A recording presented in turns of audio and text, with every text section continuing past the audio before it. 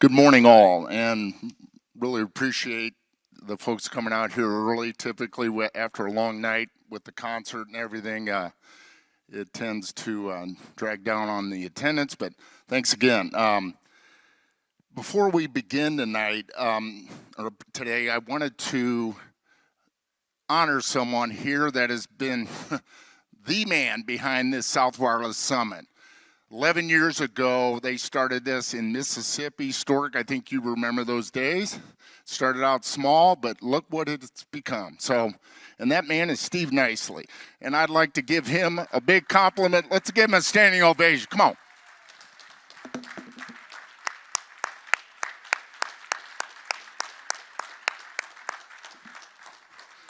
Steve has put endless hours into this, as has the committee, but Steve leads the way. We both live in Louisville, so he'll start next year's preparation about a month from now, or you already started it. There you go.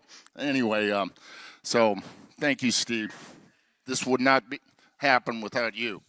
Okay, we have a host of speakers today. We're starting off with a key guy in the industry, and that is Mr. Todd Schlekeway.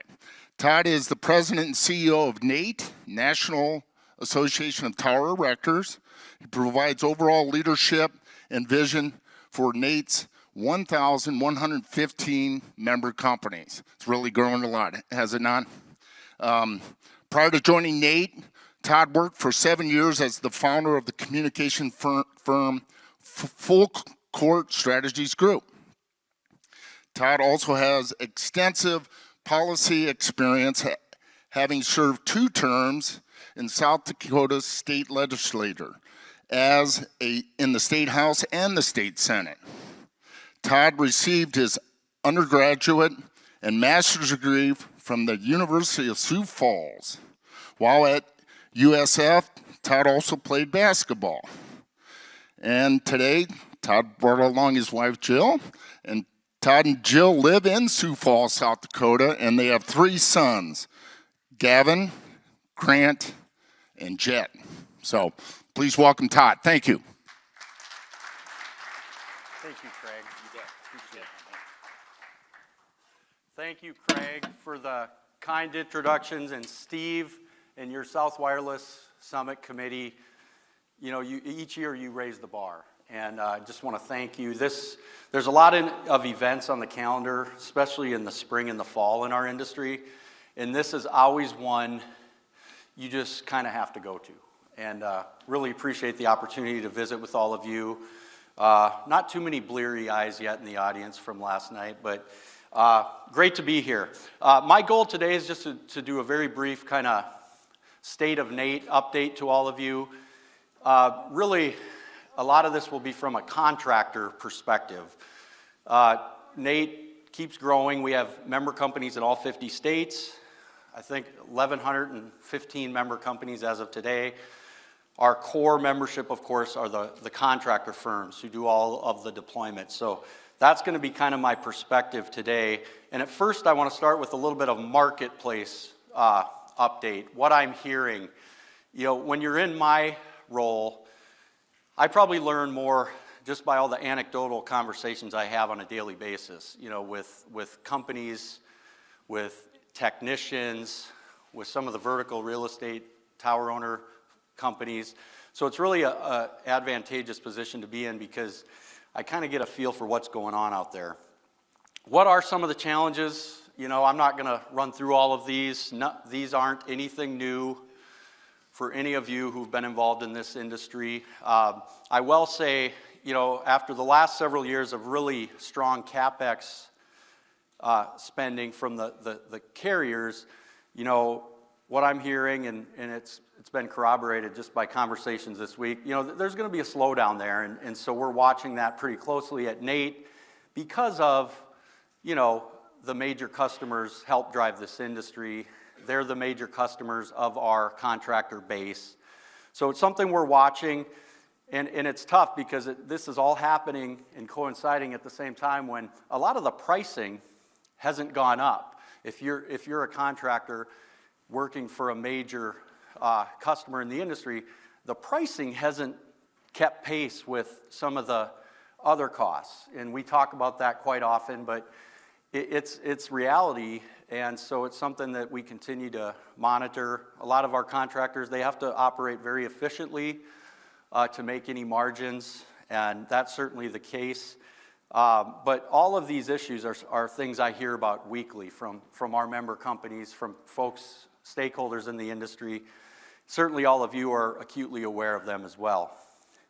The thing I love about going to events, especially in the first quarter of every year, our NATE Unite conference is always in February.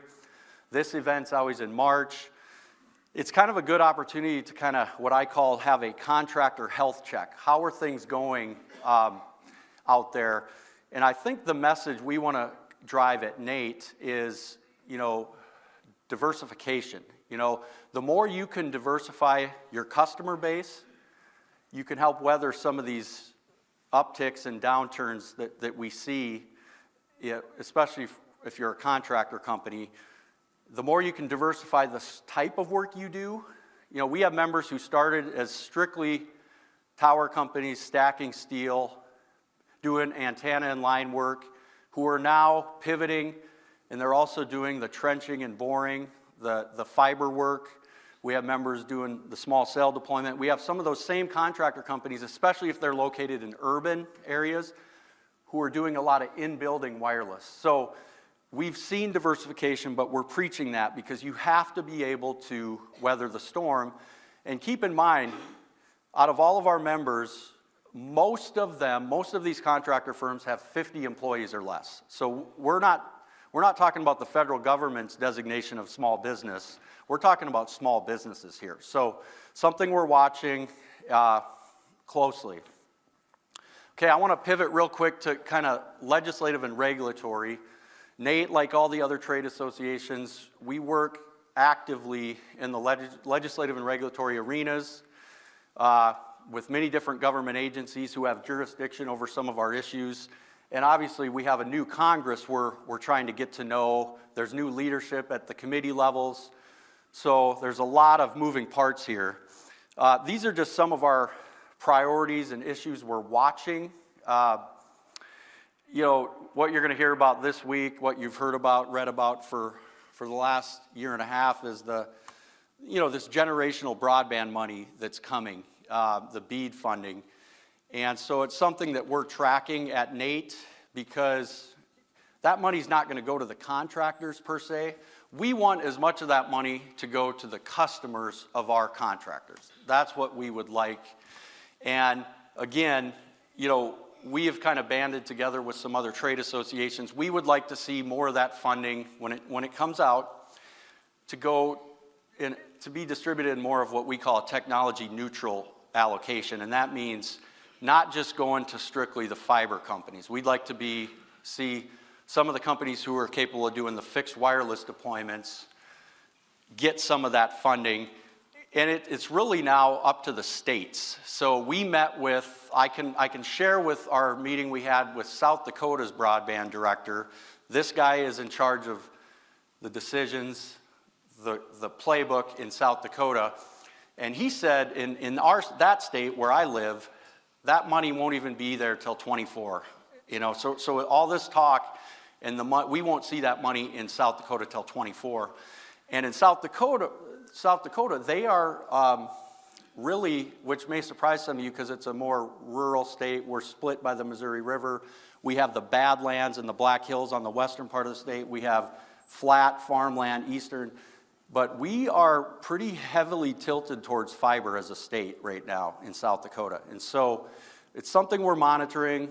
I guess my message to all of you is if you have relationships with your respective states' broadband officials, try to set up a meeting, and if you don't, try to cultivate those relationships. It's something we're monitoring. And I have a fixed wireless video I'm going to debut today for all of you in a little bit. The other issue I want to touch on briefly, I know WIA has been very involved in this issue too. I'm hearing about it, is there's a lot of delays happening with the FAA review of tower sites right now. And why would Nate engage in that? It's because our members can't deploy until we get all the green lights from the agencies, the regulatory processes have to play out. There's some staggering stats right now where what used to take the FAA, 10 to 20 days to approve something is 3 months, 5 months, 6 months. So that's something we're watching, and we're gonna have to kind of band together as an industry on that, because that certainly is something that our industry doesn't need, is a delay like that, an administrative review delay. Okay, I want to debut, Nate has a video series called Climber Connection. We put this on hold when we produced our feature-length movie, Vertical Freedom, the last 2 years, but we're debuting our first video today, and a press release is going out later this morning on the topic of fixed wireless deployment. And again, we're doing this strategically because we want these technologies to be considered for some of this generational money that's coming. So I'm going to sit back and play this video for all of you. First time anyone has seen it in the industry. With fixed wireless recently stepping into the spotlight, it's good to know what safety you need and the difference between mobile wireless and fixed wireless. We'll talk about it coming up on this edition of Climber Connection.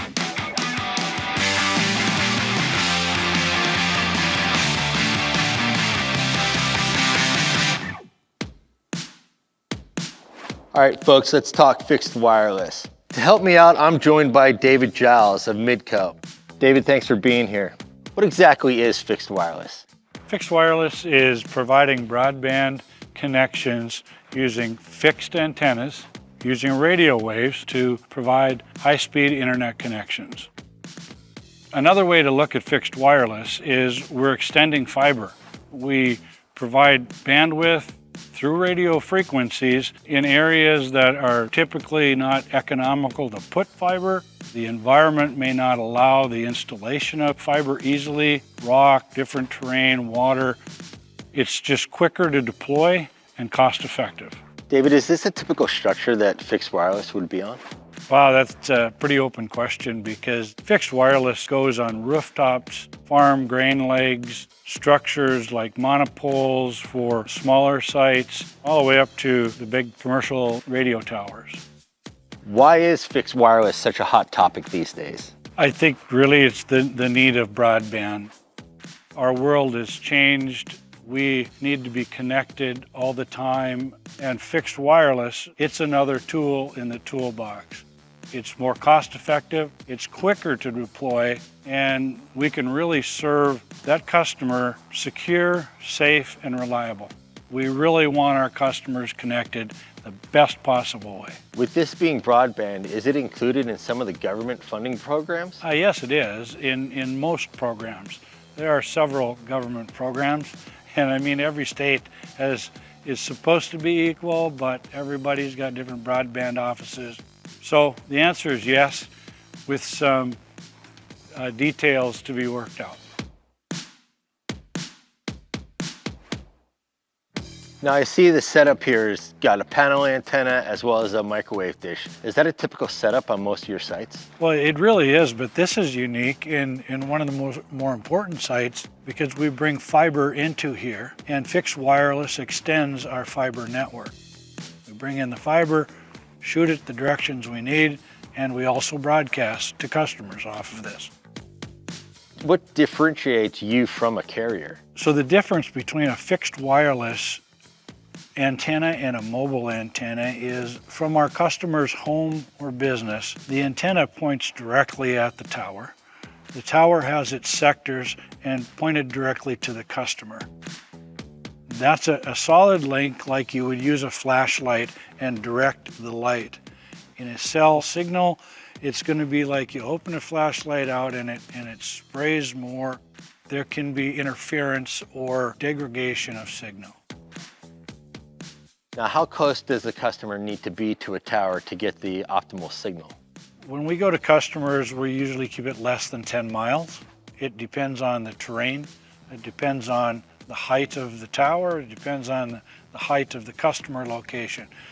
So our technicians, through a site survey, they make that determination.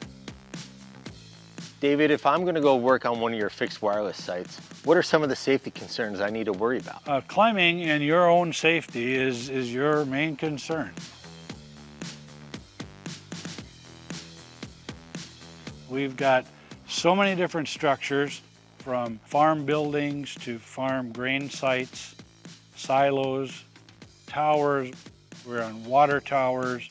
Each structure has a very unique safety factor wrapped around it. You have to tie off, you have to follow all the safety rules. It's your life and your responsibility. David, that's great advice. Thanks for being here. Fixed wireless, it's a hot topic. Thanks for watching. Stay safe.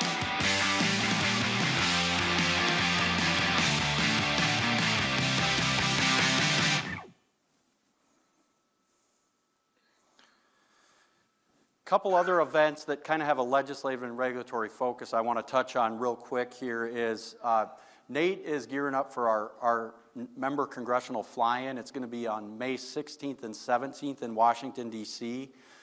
We had a fly-in that was really successful pre-COVID. It was in 2019, and then, of course, no one's been able to execute these since then, but this is the first year we've been able to plan one. We're really excited. We are setting up meetings for all our members. There's no more powerful advocates than business owners and employees of companies in that member of Congress or that member of Congress's district or that senator's state. So this is going to be exciting. If you're a NATE member, let us know if you're interested. Don't have to be intimidated. We provide the briefing materials. It's really a fun event. So just wanted to touch on that. And then coming up in early June, NATE is hosting our second annual UAS Drone Expo.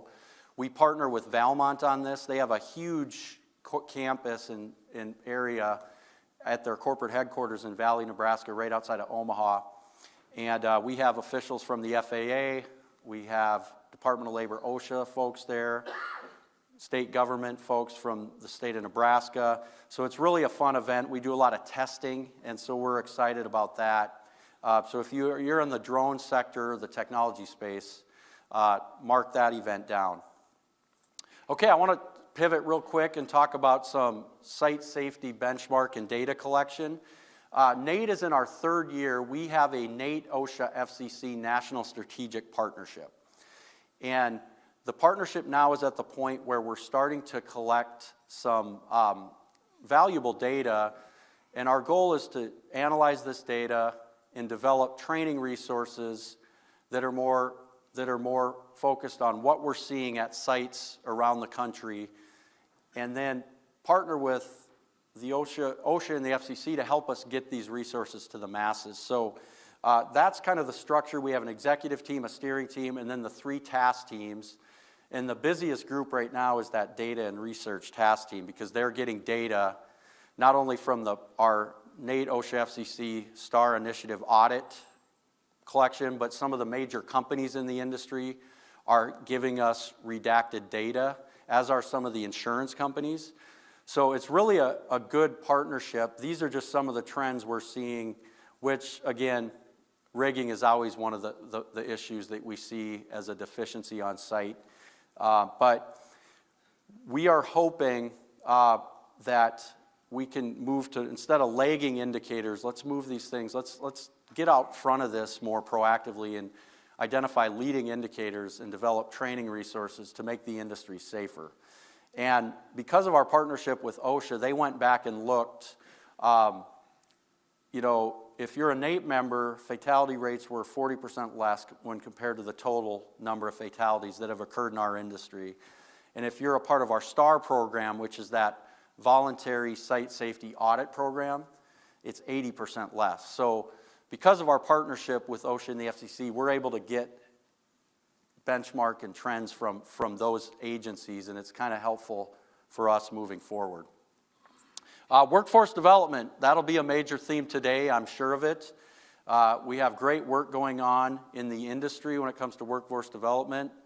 NATE is investing heavily, WIA is investing heavily, and I believe our 2 organizations, our programs are really complementing each other nicely right now.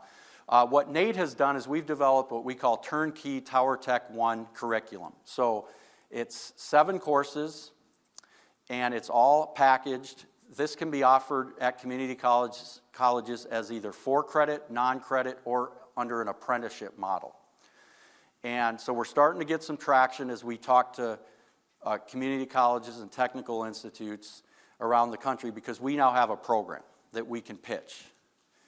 And those are the certifications that are embedded within that program. So if you go through those 7 courses, you will leave with all of these certifications, and it'll prep you for the NWSA Tower Tech 1 credential exams as well. So we're pretty excited. You can kind of see the community colleges here. This is the Eastern U.S. The colleges in black are up and running. The colleges in red are, we've had conversations, we're at different stages. Mississippi Gulf Coast Community College in Gulfport, they got a $1.9 million grant. So we're going to start seeing some movement there pretty soon. So that's the Eastern U.S. The Western U.S., you know, we don't have as many programs up in the Western U.S., so we're working hard on that. You can see some of the ones we've had conversations with. But my takeaway, if any of you in your region have a tech school or a community college that you think would be a fit for this, let us know. We have a workforce consultant, Dr. Gemma Frock. She will engage with them immediately. We will bring our member employers in that region, because the first question they always ask is, what's the employer base? Is there enough companies to place them? And with Nate, the best advantage we have is, number one, we have member companies in all 50 states, and our membership continues to grow. So almost always we can say, yes, we have an employer base to start a college in your region. So let us know on that. And then vertical freedom. This is part of Nate's overall workforce development investments from a promotion and outreach standpoint. Raise your hand if you've seen this movie yet. All right, that's great. So this is now available. Nate invested in 2021. It launched in 2022 in a feature-length documentary film called Vertical Freedom. It's really well done. We're proud of it. We sold the rights to the film to a worldwide global distributor called Gravitas Ventures. They proceeded to get it on all of these video on demand and internet on demand platforms. So right now, when you go home, if you're looking for something to do this weekend, you can go to Amazon Prime, you can go to iTunes, Google Play, Vimeo, YouTube, and I think it's like $4.99 to rent, and it's $12.99 to purchase. So the more people that see this movie, the better, because it's a great representation of our industry. And it's a compelling story where these technicians have overcome a lot of adversity, and it tells the story of how this industry has really not only gave them a career path, but it's turned their life around. So we're very proud of this, and so if you haven't seen it, I would encourage you to take some time to watch the movie, because it's really well done. And then here's one more example of how we're using the movie from a recruitment perspective. We just brokered a partnership with the Clark County School District in Nevada. And so once a month during their STEM Saturdays, they are going to show the film and at this Galaxy Theater in Vegas. And they're going to bring in students who are part of their CTE programs. And we have a local member, Spectrum Services, out of Vegas, who's going to have a technician and gear at each of these events once a month, so the students can kind of see how he wears the gear, touch and feel, kind of a good, we'll have an industry person represented. And so this is what we envisioned when we invested so heavily in this movie. We want to use the film to get to the mainstream about, hey, there's a career pathway in our industry, there's opportunities, you can do well in our industry. So I wanted to touch on this partnership we have with Clark County, Nevada as well. And then finally, Nate started last year. We have a telecomjobsconnect.com portal. If you're a Nate member, You can post jobs on this portal. Right now we have 79 member companies who have posted jobs. Over 370 jobs have been posted. That number's growing by the month, but it's a part of your benefits of being a member of NATE. Your company's profile can be set up. You can post jobs. We promote this heavily. We advertise. We promote this on all the tower tech, tower climbing Facebook pages. We're trying to steer people, at the end of the day, interested in our industry, to work for NATE member companies. And so if you're a NATE member, look into this, telecomjobsconnect.com. And then when it comes to the credentialing entity of our industry, the National Wireless Safety Alliance, they've made great progress. You know, when NATE provided some seed funding in 2014 to get this started, because our industry didn't have a nationwide portable ANSI accredited credential, where if you're a tower tech in Tennessee or Nebraska or California, you could say, hey, I've passed the benchmarks, both written exam, knowledge-based test, and a field-based practical exam to prove my competencies and my skills. So this graph just shows you the growth of the credentials that have been issued. We now have over 10,398 tower techs who possess this ANSI accredited NWSA worker certification. And I don't know about all of you, think of it like an electrician's card. I wouldn't let someone walk into my house and do electrical wiring if they didn't show me their electrician's card. And the tower owners and carriers, our partners in the industry, they don't want, you know, this gives them more confidence that the men and women working on their sites have proved and validated their skill sets from a technical skill set perspective and a safety perspective. So it's great to see the momentum of NWSA, and Dwayne McEntee, the executive director of NWSA, is actually here. So if you have any questions, it's a good opportunity to get some FaceTime with Dwayne. All right, as I wrap up here, how can the industry support NATE? These are things we ask quite often. One thing that I want to point out, US Cellular did this, and we would love if the vertical real estate companies and the carriers would place NATE membership as part of their requirements in their MSAs. US Cellular has taken that step. Others are considering it. But we believe that the overall quality of the network and the safety of the install and the deployment is going to be a higher caliber if you're hiring NATE member companies. And so that's one of our asks. We also ask that if you're a vertical real estate company or tower owner who has not yet required NWSA certification, or percentage of your tower crews working on your sites with your subs, to put that in your MSAs, because that's another step you can take to validate safety and make sure your network and your site is being taken care of. And then, if any of you are willing to have data that can be redacted and sent to us, we will take that as part of our NATE OSHA FCC partnership, because all we're doing is we're analyzing the data to come up with training resources that the industry needs.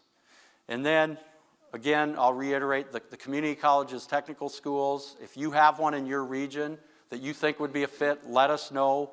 We will engage them immediately, because we want to start more programs in those conventional educational systems and pathways.